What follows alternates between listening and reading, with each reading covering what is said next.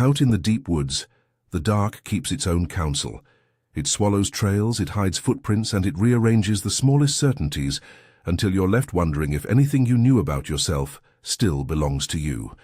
Tonight, I want to unearth 3 stories that live in that kind of silence. Stories that started simple and ordinary and then shifted in a blink into something that pulled at the edges of reason. The first is a night I promised myself I would never tell anyone, except that promises like that have a way of breaking down when what happened refuses to let you sleep. I was calling myself James then. I still am. I went into the Cherokee National Forest looking for the exact thing most of us bridle after when life gets too loud: solitude. A single pack, a ridgeline I'd walked before, a forecast that promised rain the next afternoon. Little constraints, nothing dramatic. I wanted to be the kind of person who could carry everything on his back and come back cleaner on the other side. That's naive in a way. The forest strips you of vanity and assumptions and sometimes of plans. The hike in that morning felt like entering somebody else's breathing. The map set a narrow track that would take me away from cars and cell towers, and for a while the only sounds were my feet and the hollow wind through leaves.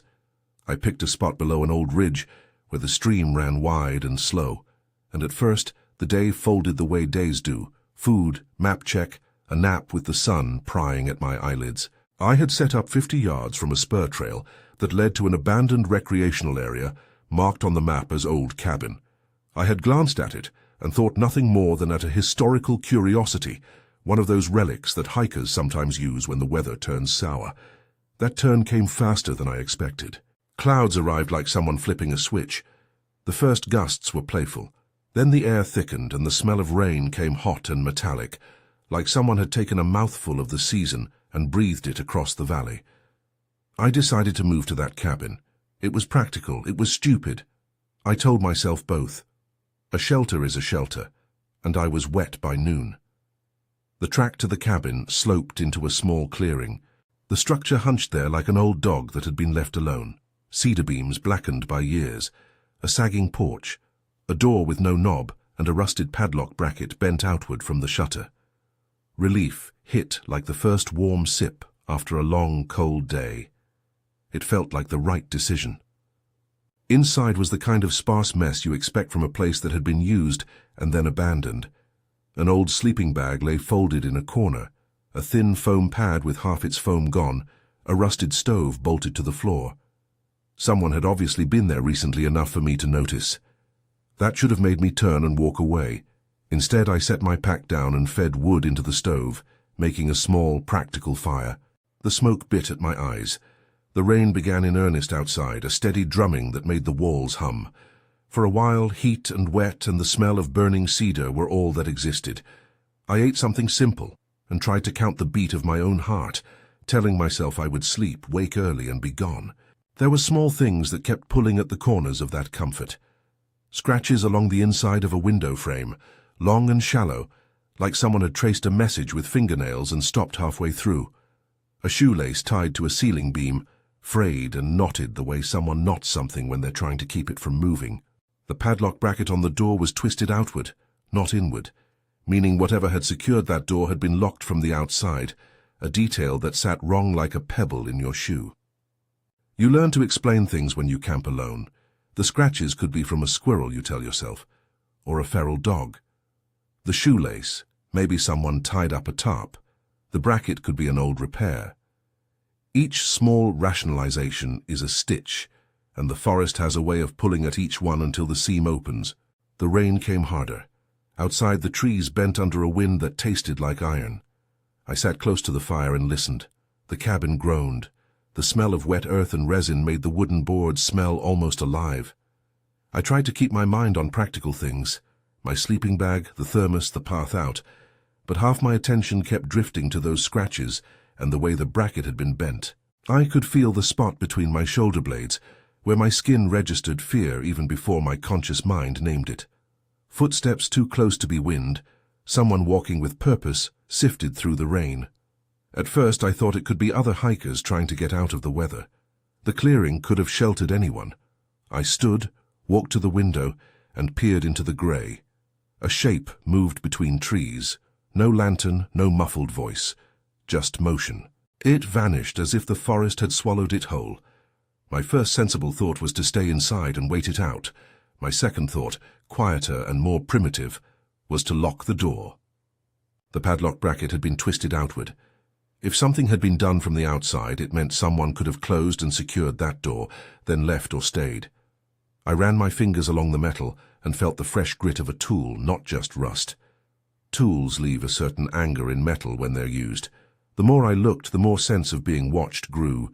Small movements reflected in the glass, the way branches seemed to hesitate. Time has a strange elasticity when you know you're not supposed to be there. Minutes stretch into film. The storm hammered the roof and then softened, like a throat clearing. I kept telling myself to be brave, to be reasonable. A hiker was a hiker. Maybe they had left a rope, a note.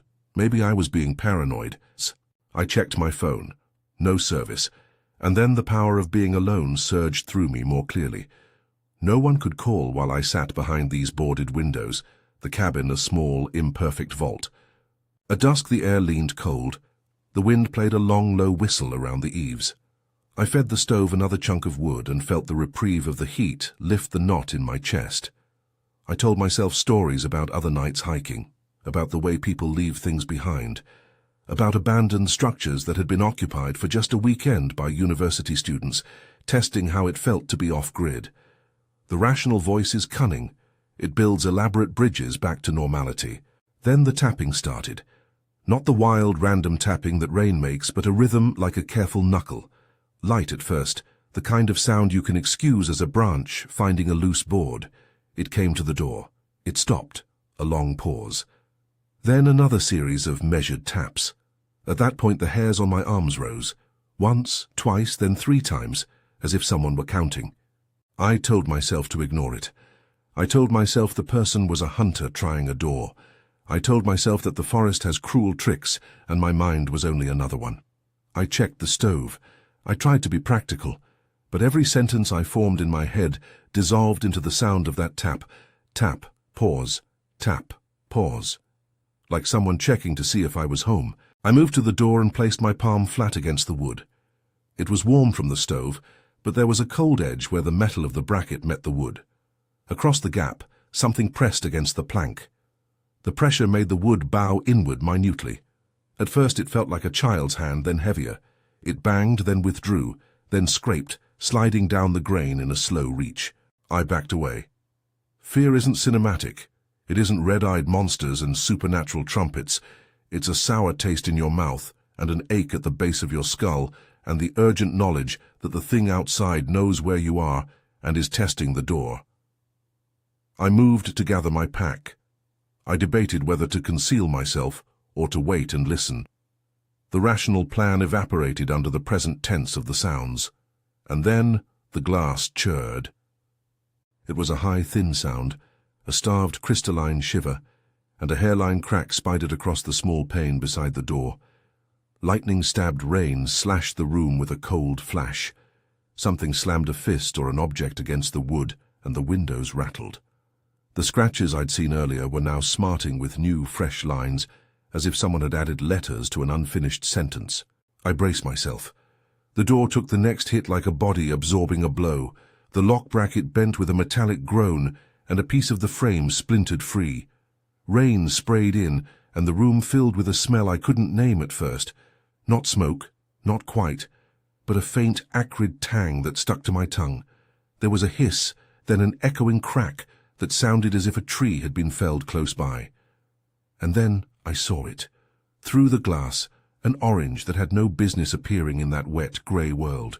It was small at first, like a lantern being waved, but it grew with a speed that didn't reconcile with any benign source.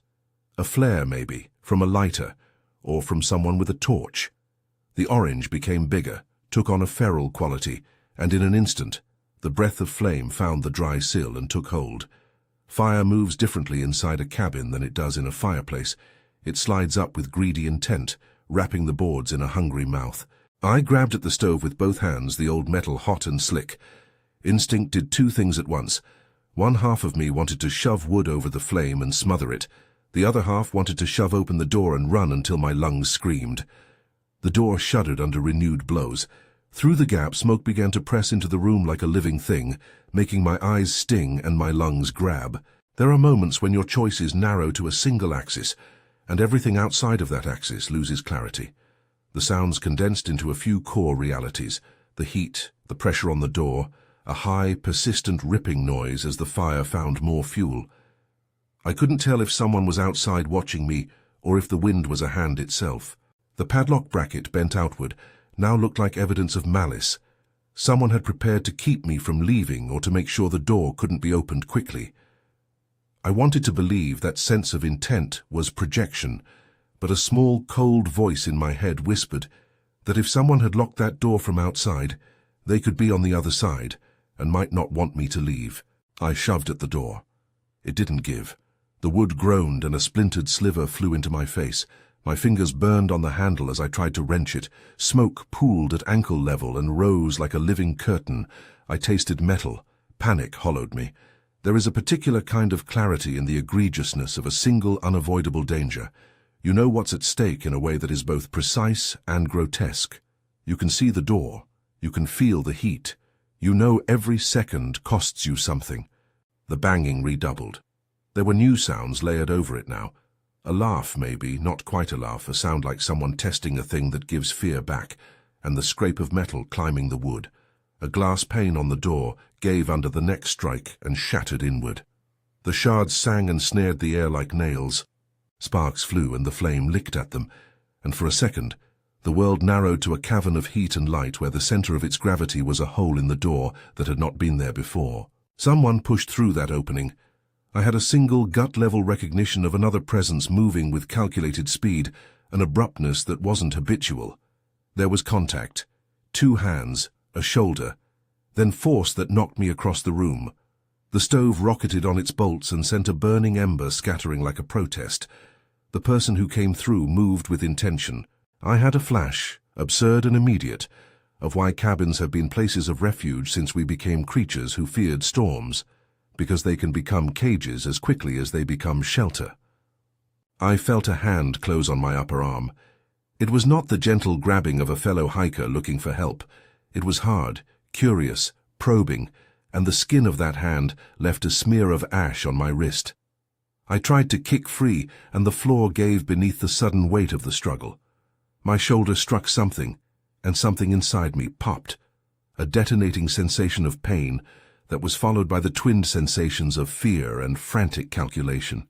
Adrenaline sharpens memory the way frost sharpens a fence line. It etches. I could catalogue the small moments in terrible, luminous detail, the way the ember from the stove traced a slow red path across a floorboard, the way smoke tasted like coins, the precise angle of the person's back as they bent to shove me toward the door. And then the room changed from being hot to being unbearably close. Fire found the curtains, which had been a rag of fabric, and lapped them with a kind of hungry, obedient speed. Heat pressed against my chest like an invisible hand. The person at the door tried to wedge their shoulder to hold it closed. I heard the scramble for something, an object smashing, the clink of metal, a noise that couldn't be matched to any object I knew. For a panicked second, my mind rattled through possible outcomes. Break the window and jump into the rain, force the door, play dead, scream until someone across the clearing answered. None of those options were clean. None of them seemed likely. I remember hitting the floor, and I remember thinking, with a clinical clarity that would later haunt me, that I might not get up again. The air had a syrup-slow quality now. It burned. Pain bit at my forearms where wood had sliced me. The person suddenly pivoted, and there was an ugly blind lunge. No opponent in war has time to be elegant, and I found myself grabbing at air. The last clear image before everything compressed was the silhouette of a face close enough that I could see the geometry of its nose, the hard set of the cheek, the way the eyes had an absent, practiced calm that made any explanation worse. What came next exists in 3 registers: sensory overload, a narrative that I would later try to order into sentences, and a raw, physical escape impulse that wasn't thinking so much as reacting with the body as if it had a mind of its own. Heat was everywhere. The smell of burning wood became background to the more immediate smell of something chemical, lighter fluid, gasoline. I couldn't be sure, and I didn't have time for certainty. There was a shove, a tumble, and the door gave in a way I had not thought to hope for because the lock bracket had been intentionally compromised. The person who had forced their way in might have meant to keep the door closed. The destruction of the door gave me doorway and chaos both. I remember the porch like a slice of memory preserved separate from the rest, wet planks slick under my palms, rain washing away ash and leaving little dark lines where the fire had touched wood. I remember the way the person behind me slammed into the threshold and something heavy, maybe a booted foot, caught my hip and tore something in me. Pain is an honest author. It labels where you have been. I tried to rise and the world tilted, a cruel carousel. Somewhere across the clearing someone shouted, perhaps alerted by the noise of breaking glass and the unnatural light. The shout was swallowed by the trees before it reached me. I clawed toward the ditch like an animal, dragging my body down the slope. The rain was fierce and immediate and somehow blessed, its cold against my skin, reducing the intensity of the heat and stanching the small bleeding wounds. Behind me, the cabin erupted into flame with a speed that felt obscene, windows singing, the roof darkening and then blooming with light as the fuel inside reached its limit. The thing I had thought was the worst that could happen, the storm paled in comparison to this other, immediate element. Fire is fast and rational in its way. It consumes what is there and moves to the next thing. I didn't look back at first. There was a stubborn survivalism that didn't accept being a spectacle. Moving away felt like insisting on being alive. The ground behind me was a universe of sounds, the pop and crack of burning wood, the sizzle of wet fabric catching just long enough before the flame took it clean, and the distant, too slow footfalls of someone moving away. Pain had calcified into a steady hum across my hips and shoulders. My ear registered a siren from beyond the trees. Delayed, faint, not yet relevant. I kept moving. For a heartbeat I considered the pack, then reason returned and told me there was nothing left of what I had packed that mattered beyond the fact that I was somewhere down the line and moving. The rain washed at me grotesquely tender, as the fire painted the sky above the cabin with a grin of orange. I could still see the sparks turning like tiny stars, carried upward on the thermal breath of the blaze. My clothes clung to me, heavy and sodden. My hands were cut. There was something in my mouth that tasted like pennies and a chemical tang that I could never later place. My lungs protested, my legs trembled. Somewhere a vehicle stopped at the edge of the clearing, and someone shouted my name, or the name I would later say I had not told anyone. I don't know how long I lay in the ditch listening to the night shift, back into normal noises, as the blaze ate the cabin. I remember the headlights sweeping across the trees. I remember an argument in muffled voices, two people calling out, one voice sharp, another more practical, asking if anyone was left inside. I remember the smell of someone else's cigarette smoke, and the way his voice tried to sound calm, though it didn't hide the tremble. The practical mind recedes when the body has been in immediate crisis. After those first frenzied minutes, what came next was an ache that had a chronology all its own. The ambulance's light slicing through the leaves, the fluorescent world of a hospital room with its sterile, bright honesty, the stitched places on my arms where medicine tried to tidy the violence of what had happened. I woke up later with the sensation that the world had been turned inside out. The hospital smelled of disinfectant and stale coffee. My ribs ached. My skin had patterns on it that mapped the night's collisions. There were questions asked by faces that I could not quite place. The police came, the kind that come out to take statements when the obvious is raw and the answers are not.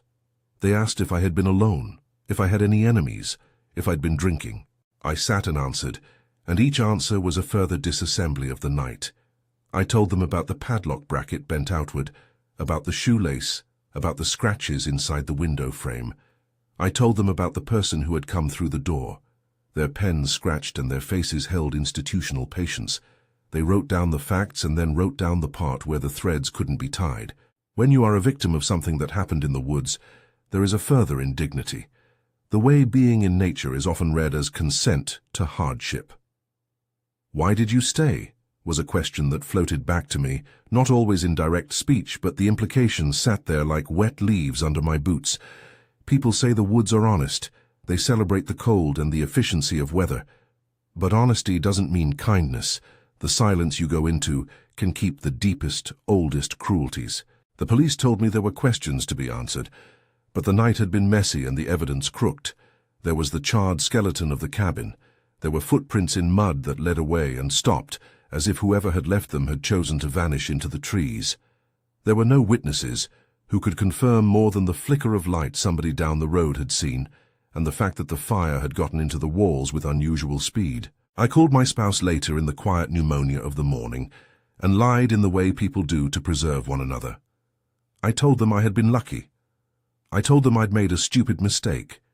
I did not tell them why the lock bracket had been bent outward, or what had been in the face of the person who laid hands on me.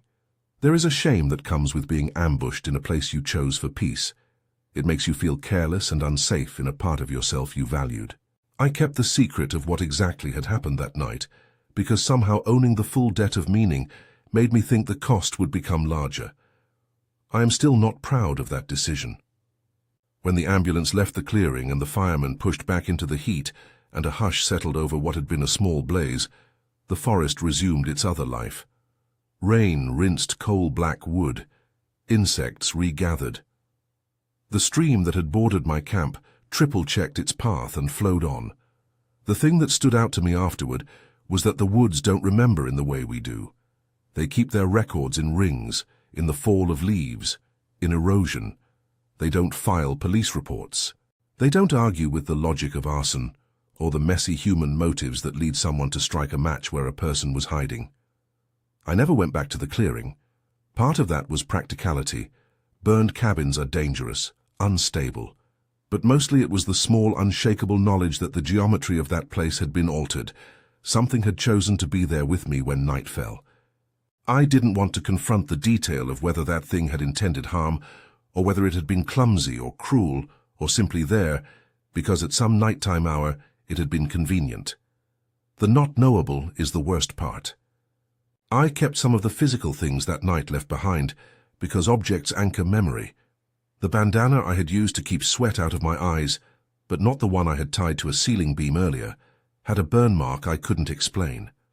The padlock bracket's remains had a fresh, jagged edge. The police logged these things but could go no further. They didn't have fingerprints that matched anyone in the system. They didn't have a witness who could say they saw a face, only movement.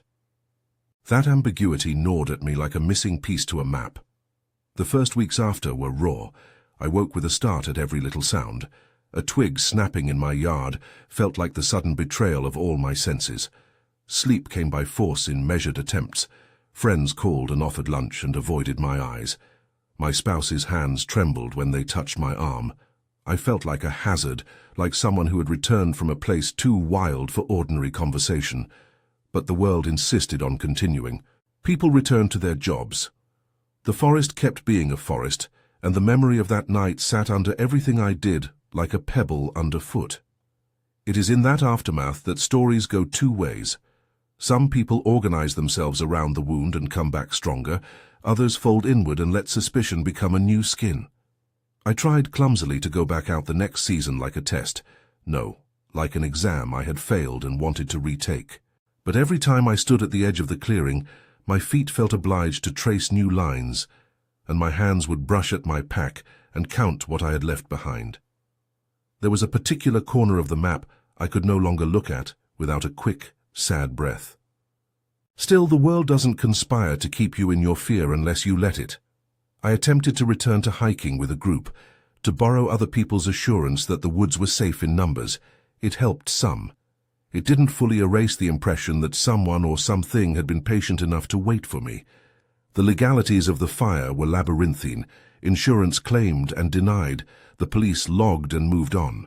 I think now that is how most things go when the edges don't meet. Bureaucracy sweeps in, and the story gets flattened to a file.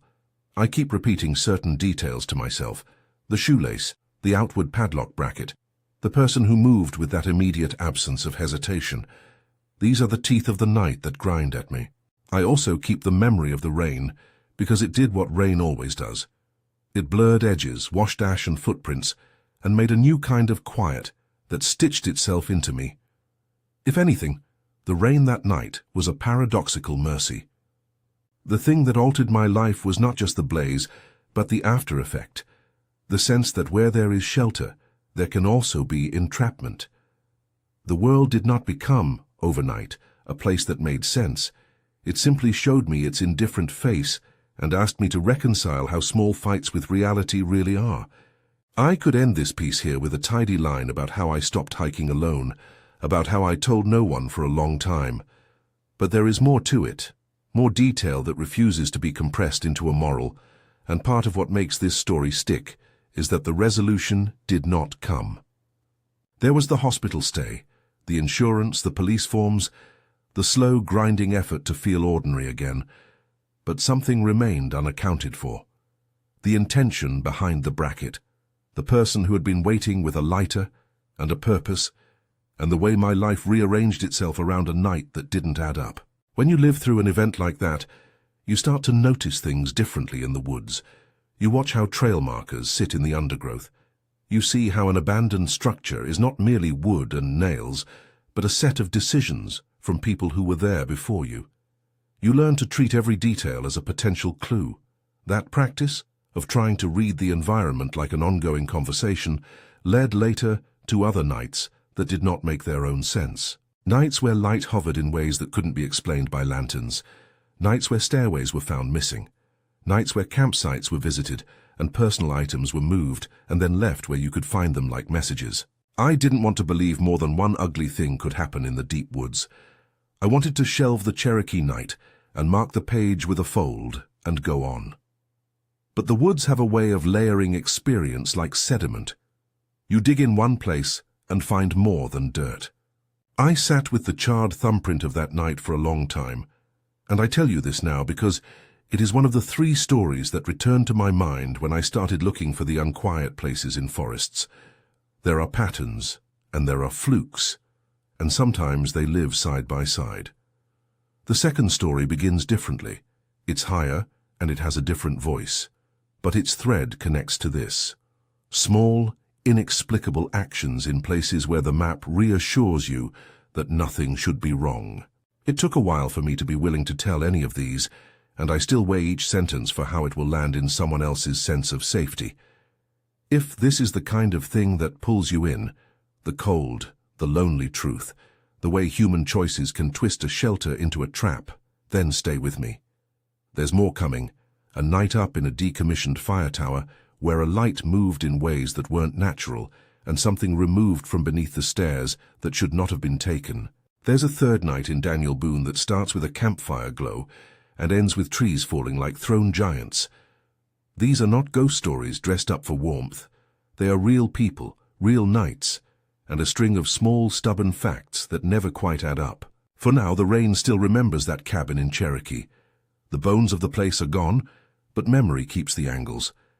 I keep the scars, and I keep that image of a face too close in the dimness, the feel of a deciding hand, the way a mundane night can turn on a match and become something else entirely. We climbed the tower just before dusk. Charles joked the whole way up, half to keep the mood light, half because he always used humor to steady a room. The ladder rungs were slick with decades of rust and moss. The steel frame hummed under our boots like a low, persistent complaint. From 70 feet up, the forest looks obedient. Treetops flatten into a single, unbroken field of green and smells thin out until all that's left is the sharp, clean scent of resin and metal. The tower had been decommissioned for years. Someone had welded a plate over the entrance, and the little wooden cab at the top sagged like a tired eye. But the view was worth the climb. The kind of view that makes the small anxieties of the road beneath seem irrelevant. We were up there because of that view, and because it felt like an honest kind of risk. Not stupid, not exhilarating in the way of a cliff jump, but the sort of thing you tell yourself will make a good story later. The sky bled into twilight. We sat on the bench and passed a headlamp back and forth, watching the light retreat. Charles was nervous in a pleasant way. He loved the idea of being somewhere that wasn't mapped into the everyday. He said casually, "If anything weird happens up here, I'm blaming you." He'd say that a lot that night. The first sign that something was off was small and unremarkable, a point of light below us that shouldn't have been there. At first I thought it was a hiker with a lantern. Then I realized it moved in a way that lantern light doesn't. It slid between trunks with an ease that suggested it wasn't bound by a trail. It hovered almost lazily, and then it undulated, like a fish tailing through the water. It was steady in color, an impossible cool white that sat at odds with the amber of headlamps and the orange cast of a cigarette. The way it moved suggested intention. It threaded a path through the understory, appearing, disappearing, and then it came to a stop right beneath the tower. We could have called down, could have shone a light, could have made a noise to signal we were there. Instead, we watched it stop, perfectly centered under the tower's base, as if someone had placed a marker where they wanted us to know something. Charles flicked his headlamp off and then on, 3 short bursts, an old hiker's language for "Are you there?" The light did not respond. We waved our arms. The light remained impartial. "That's not a headlamp," Charles said. His voice had the thin edge that comes when your brain recognizes a pattern but refuses to commit to the meaning. "That's... I don't know. Why wouldn't someone just walk up the trail?" The answer wasn't the kind we wanted. A movement someplace deeper in the dark produced a metallic clang. At first we thought it was a branch falling, but the sound had a mechanical rhythm, like someone testing the joints of an old machine. The tower, being metal, carried the sound in the spine. The clang seemed to rise through the rust bones and resonate in the cab like a bell. Then another sound layered in, a grinding, low and unnatural, as if metal were being dragged or levered against metal. The hairs along my arm lifted. We tried to make sense of it in small pedestrian ways. Maybe someone was below with a generator or some forestry equipment. Maybe kids with flashlights were pranking tourists. Each potentiality had the reassuring quality of explainability. But explainability didn't fit what we were experiencing. The light hovered beneath us and was utterly still. The clangs grew closer and more intimate. When we leaned toward the window, the panes reflected a pale smudge that could have been the outline of a person, and then it wasn't. The smudge moved, elongating and then folding back on itself like something watching from a slit. At some point a shadow passed our window. It wasn't a clear silhouette, just a dark smudge that cut across the glass with the casual arrogance of someone who knew a threshold could be observed without being engaged. The door at the tower's cab was old and had a flimsy deadbolt patched with a length of chain. We locked it because it felt sensible, not because we truly feared anyone below. We nailed a bar of wood across the inside with our backs turned. The motion was perfunctory, ritualistic, a human action to counterbalance the feeling of being watched. I remember Charles whispering, "This is one of those things that looks like it's trying hard to make you look away." His voice was tight, trying to slice distance with sarcasm. We waited, and the forest answered with a series of small noises that didn't line up. A distant owl, a rock rolling on a slope, the occasional snap of a twig that might have belonged to an animal. But under those natural sounds was something else, an orchestrated clatter, like someone testing how much tension the structure could take. It climbed the frame intermittently, a metallic footfall that made the tower shiver. It wasn't just the sound. There were moments the light below flickered and then moved in patterns that suggested it was mapping us, first a sweep north, then back south, as if it was searching the ground for a path the way a hand might search for a seam. We spoke in low tones about what we might do, but the words were not decisions. They were paper buoys in a sea of sensation. We were by degrees becoming spectators to something that had chosen to be noticed. Then the first real escalation, a clang like a crowbar against steel right beneath our feet. The tower vibrated, the benches rattled, the grinding increased, and I felt the hairline tremors travel up through the metal into my chest. We both turned to the doorway instinctively. The sounds came from the stairs, lower than the cab, and then the grinding repeated in a sequence that suggested deliberate action somewhere below. There was a pause, and then a slow, calculated movement against the window at eye level. Something pressed against the pane from the outside, as if to look in, then withdrew. When it withdrew, it left an impression on the glass, a smear of something that darkened the reflection. "Whoever that is," Charles said, "is not looking for directions." We tried to shout, "Hey, we can see you!" We made noise, hollered until our voices scraped. The light did not answer. The clangs turned into a sort of patient percussion, testing, testing, testing, And then there was the unmistakable sound of metal on metal moving down through the stair shafts. At one point, the grinding stopped directly beneath us, and then resumed at an angle, as if whatever was moving had turned. The sensation of being pinned by a sound is hard to describe. It lodges in the body like a stone. We felt small. We felt looked at. At some hour in the night, the floor seemed to hum a new frequency. A figure passed the window, low and broad, a dark shoulder and the sense of weight that belongs to someone carrying intent. We couldn't make out a face. The movement was too quick, practiced. It slid like a shadow across glass and through the frame. The presence made the cab smaller. We stacked ourselves against the door and pushed everything we had against it, shifting boots and bodies to become a brace. The ladder wrung under my palm felt like a promise that might break. We tried to sleep, because that was a way to keep time moving. Sleep would bring dawn. The night pressed against us with breath and interruptions. In the dark there were more clangs, and once I heard a scraping directly beneath our feet that made the tower moan. Each noise brought a flash of clarity. We were elevated and contained.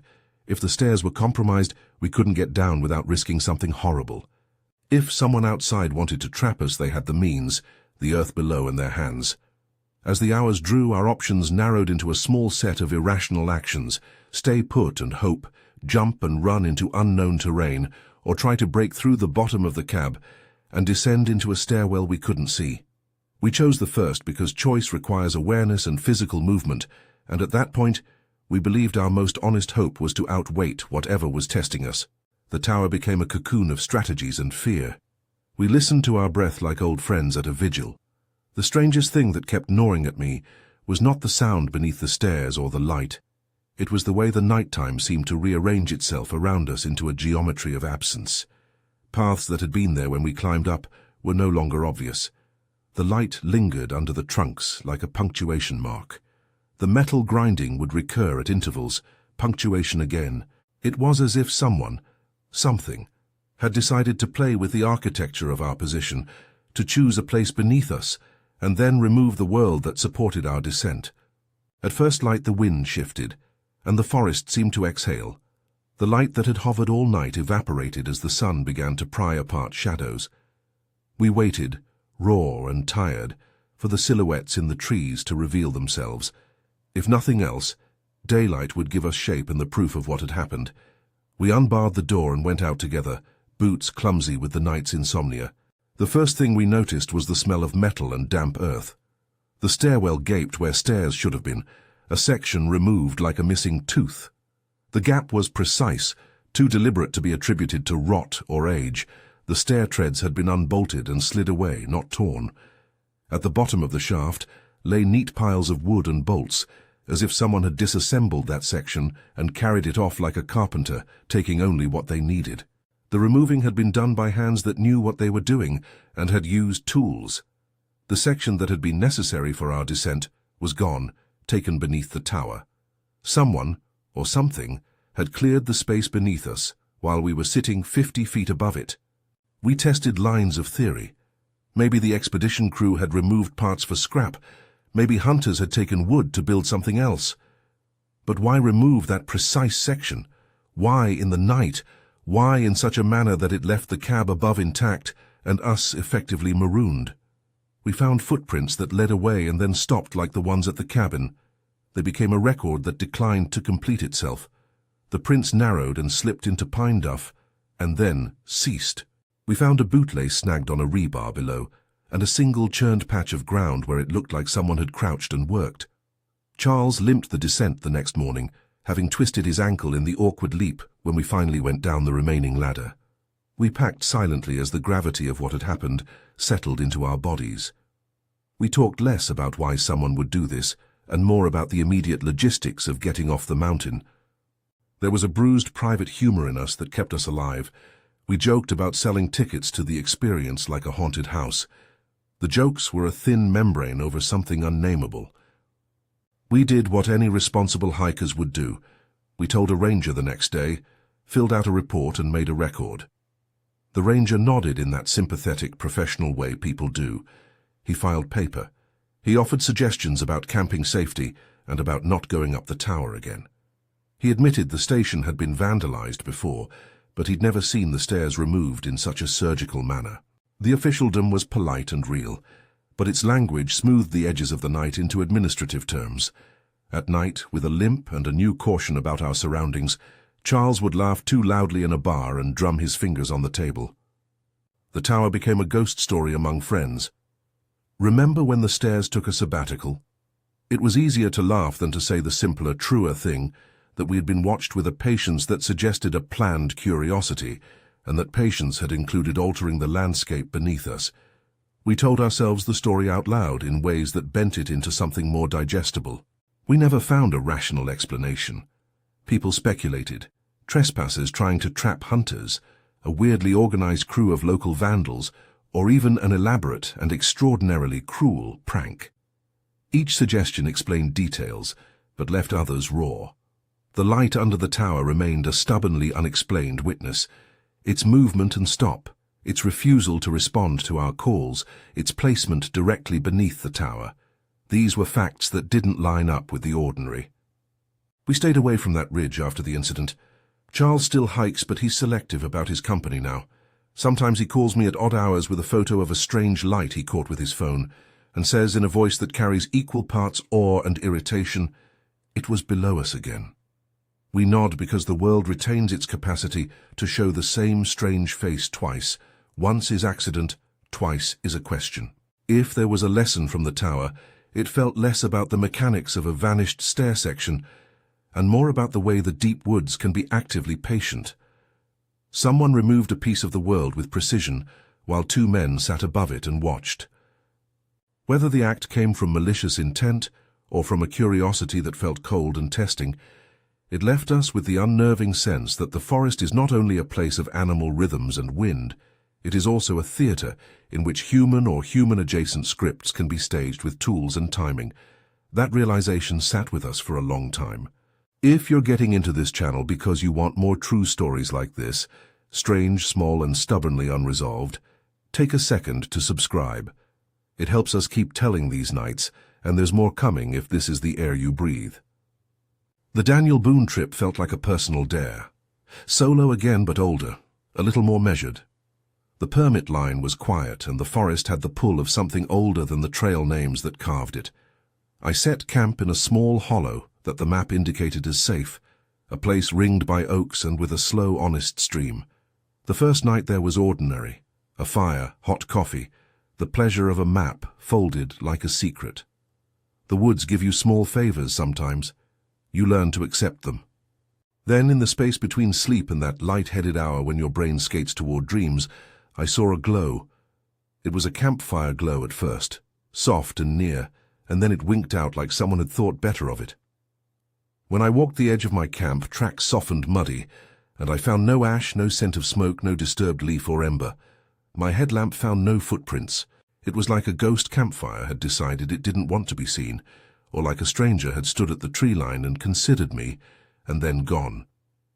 I pinned the site to the category of the odd and returned to my sleeping bag. The glow felt like a first note in a song that would end weirdly. The second night the woods made a sound I had never heard in any register, a low, distant groan, like something under the earth itself deciding to move. It rolled through the valley and then cut off. It wasn't wind, it wasn't thunder.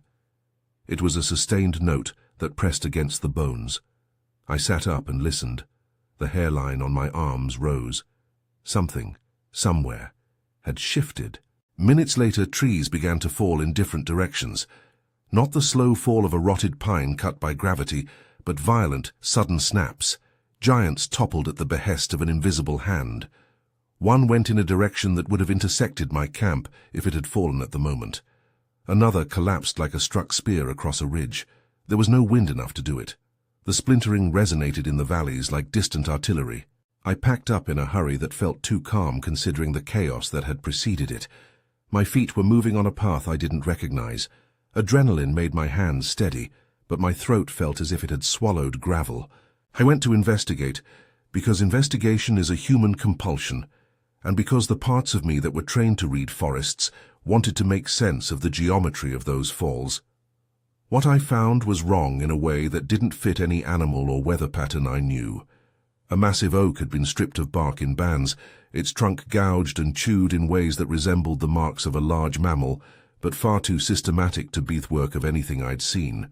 The bark lay peeled back as if by teeth that proceeded with intent. The wood beneath showed teeth marks enormous in size and spacing, but also long, clean grooves that suggested an implement rather than a mouth. Some sections of the trunk were ground down to raw fiber. Others bore parallel semicircular gouges that don't match tree diseases I know. Nearby was a mat of trampled vegetation, and within that mat I found items that were unmistakably mine. The bandana I used as a sweat rag and a small carabiner clipped to nothing. They were placed in a casual, almost considerate arrangement, as if someone or something wanted me to see them at the scene rather than later in a frantic search. The bandana was crumpled but not burned. The carabiner was scuffed. I did not feel relief seeing them because their presence didn't mean safety. It meant proximity. Whatever had left them was close enough to touch personal things and to put them where I might see. I called it into the ranger station. They listened patiently and suggested animal behavior. They'd seen bears strip bark when food was scarce. They'd seen storms topple trees. The ranger drove up and stood at the edge with his hands in his pockets, staring at the stripped trunk and the gouges as though the pattern might explain itself. He admitted he had never seen damage arranged so exactly. The park's official explanation was to file the incident and keep tabs on it. But the official explanation doesn't help the person who sleeps with a flashlight on the bedstand. The nights that followed were a pilgrimage of small noises. A persistent low growl that I couldn't localize woke me more than once. Sometimes it felt beneath the earth, sometimes above, like a pressure shifting the air. Once I heard a sound like chewing at a distance, slow, rhythmic, that stopped when I turned my head. The sensation of being observed had migrated from the edges of my camp to the interior. I felt a presence in the trees. I started hanging small things in the branches, a wrapper, a coin, a lighter. I told myself these were offerings to boredom, talismans against solitude. In hindsight, they read like breadcrumbs. The most tactile moment came when I went to set a trail camera. I'd placed one on a tree some distance off to get pictures of wildlife and to convince myself there were mundane explanations for oddities. When I returned, the camera had been moved, not far, but off its mount and facing away as if someone had handled it, and then set it down facing the wrong way. The SD card was gone. It wasn't an angry destruction. It was a precise removal of evidence. Someone or something had cleared the camera so as not to be watched. That degree of curiosity in the object that attended to you is intimate and unnerving. At one point, walking the ridge in the blue hour, I saw prints. Big, flat depressions in the mud, spaced in a gait that suggested a slow, heavy walk. They stepped across a creek bed and then ended with a neatness that was infuriating. The prints stopped, as if whoever had made them had folded up into the land. I found mangled bits of bark, arrayed in a pattern that suggested someone had been testing wood for resonance. Each small scene suggested deliberate action. This wasn't an animal acting randomly. It was something that tested and left, like a visitor who wanted to be known but not seen. Fear does strange things to memory. It elongates some moments and compresses others. I remember the exact taste of the coffee the morning I left in a hurry. Burnt, somehow metallic. I remember the rattle in the camper's vents, like a conversation being had in whispers. I drove out the way people do when they feel threatened, fast but careful, leaving no trail to attract pity or explanation. I told the ranger what I'd found, and he offered a half-bent smile and a promise to log cameras on the trail. He did not offer me the militarized interest of men who expect malice in the woods. He offered a professional shrug. The after of that night lasted a long time. I found myself checking the back of my truck more often. I refused to camp close to what I'd call the chewed tree ever again. The mental map of places you feel safe gets edited the way a book gets redacted. Whole chapters vanish or are bracketed. I still camp, not because I'm brave, but because the habit of being outside is a tether to who I am. But I changed where I sat by the fire and where I hung my pack. I left a mark in the wood of the tree where I'd leaned my knife to take a measurement. It was small and private, and it sometimes looked back at me as if to remind me that things that happen in the woods do not always have witnesses who will say anything that helps. The police, when I filed a complaint, were sympathetic and careful. They came, walked in circles and took notes. Their radios crackled with other calls. They asked about poaching, about illegal logging, about bear activity. They photographed the damage, logged my missing items, and then did the thing institutions do. They placed the file into a queue. The official record exists now somewhere in an office, labeled with the date, the GPS coordinates, and a description that tries to make sense of an act that looked stranger the more you turned it in your hands. It was not malicious in the way a court might measure malice. It was stubbornly unidentified. I left Daniel Boone with a new caution. For a long time afterward, I carried out my rituals of camp with an almost ceremonial slowness. I double-checked knots. I picked places where my sight lines were broad. I kept my headlamp in an easy place. There was, for weeks, a feeling like someone was close enough to rearrange things on my gear. Friends joked that I'd become an old man in the space of a weekend. They were right, in a way. The woods had imposed a prudence on me that felt less like fear and more like respect for an intelligence I couldn't name. 3 stories, 3 nights in that geometry, and yet there is an undercurrent that binds them beyond coincidence. All 3 began as ordinary trips, decisions made in clear-headed movements: go for solitude, climb for the view, camp under old trees. Each night had a point where the ordinary pivoted so that logic no longer fit. Each left behind a set of clues that could be catalogued but not explained. The padlock bracket bent outward, the stair section removed, the gouged trunk with a bandana placed near it. Each created an aftermath of small, practical changes, different routes, more company, an unwillingness to return to a place that looked the same but felt altered. What ties them, perhaps, is the way the deep woods allow for patient things. People talk about the forest as a place of refuge, and that is true, but refuge is two-faced. It protects and it isolates. In that isolation, choices have outsized influence. A person who decides to set a match, to pry away a stair, to strip a trunk of its bark, can change the story of another's life with a minimal set of tools. Or there are other agents, unknown to us, that test boundaries and remove our sense of ordered safety. I present these accounts not to impress with horror, but because the not knowing is the real weight. The woods collect experiences and do not distribute explanations. I still think about the small human details that make the nights vivid. The shoelace tied to a beam, the way the padlock bracket had been bent outward like a deliberate sign, the way Charles laughed too loudly after the tower, and how we both limped away changed. I think about the bandana on the chewed oak, folded as if placed with care. And I think about light, how a glow can sit in the understory and refuse to answer when you motion to it. Those little pictures linger more than any theorizing will allow. If there is a practical takeaway, it's not a set of rules about what to do or not to do. The takeaway is quieter. Respect the deep woods, not only for its beauty, but for its capacity to hold human unpredictability. The unknown lives in many registers, people with malicious intent, bored vandals, natural forces that don't speak the language of our assumptions, and things that are simply beyond the scope of our explanations. When you go in, carry precautions like a courtesy. Tell someone where you are, respect the instincts that tell you to group up, and above all, listen. Listening in that environment is more than a survival strategy. It's a way to keep the stories that belong to you intact. These stories did not end with arrests or tidy closures. They ended with scars, with bureaucratic notes, with a slow erosion of the comfort I once felt under open sky. They also ended with a stubborn persistence to keep living under trees, because the world outside of the deep woods is not more honest. It is simply different. We bargain for our fears in different currencies. For me, the cost of these nights was a certain innocence, and the receipt is the memory that returns at odd times, like the flash of orange in a rain-darkened window, the missing steps beneath a tower, or the flattened pattern where a bandana waits to be found.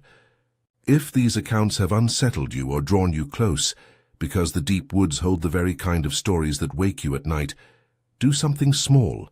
Like the video, share it with someone who respects these strange, true nights, and subscribe if you want more.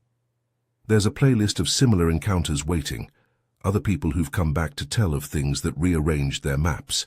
No promises of answers, just the company of shared stories. I close with an image that refuses to leave me.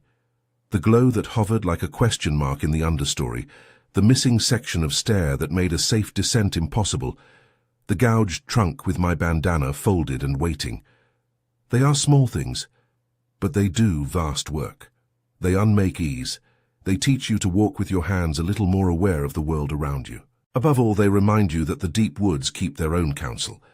And sometimes, once you have heard a story from them, you carry that counsel with you into the bright, ordinary places where human lives pretend to be settled.